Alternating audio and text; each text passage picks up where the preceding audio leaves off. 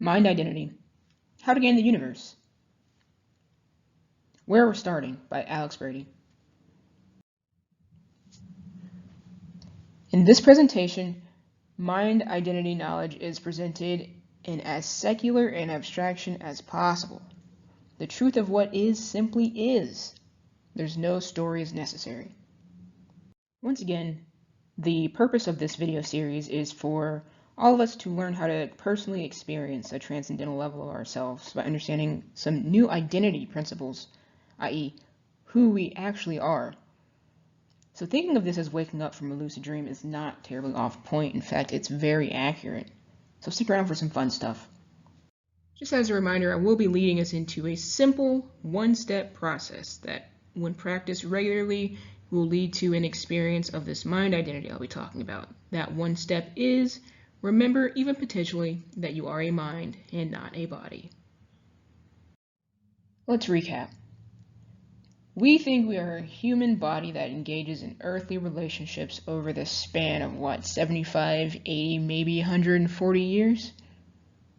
Can you imagine with me that there's another level of our identities? One level up, or in, or out.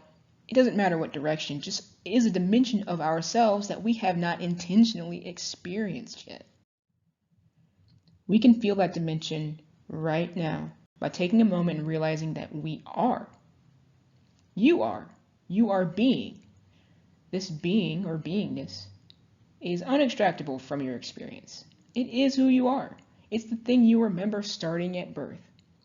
Now, this is a fundamentally inexplicable phenomenon from our frame of reference in time and space. Ostensibly, there was a time when we were not being, but we only ever remember being.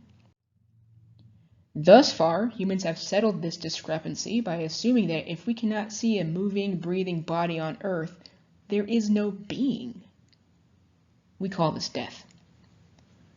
The identity philosophy discussed here presents a different solution to this, which, taken to its furthest extent, can truly be considered the new horizon of human evolution. So while we agree that we see bodies here, the level of identity I'm going to be defining herein consists of only mind and mental constructs. Mind is synonymous with the stuff that is not in time and space, but is nevertheless in existence. Spirit is a close synonym, period. So let's do an exercise. Think this thought. 2 plus 2 is 22. Now think the thought incredulously, like a question. 2 plus 2 is 22. Did you hear yourself mentally?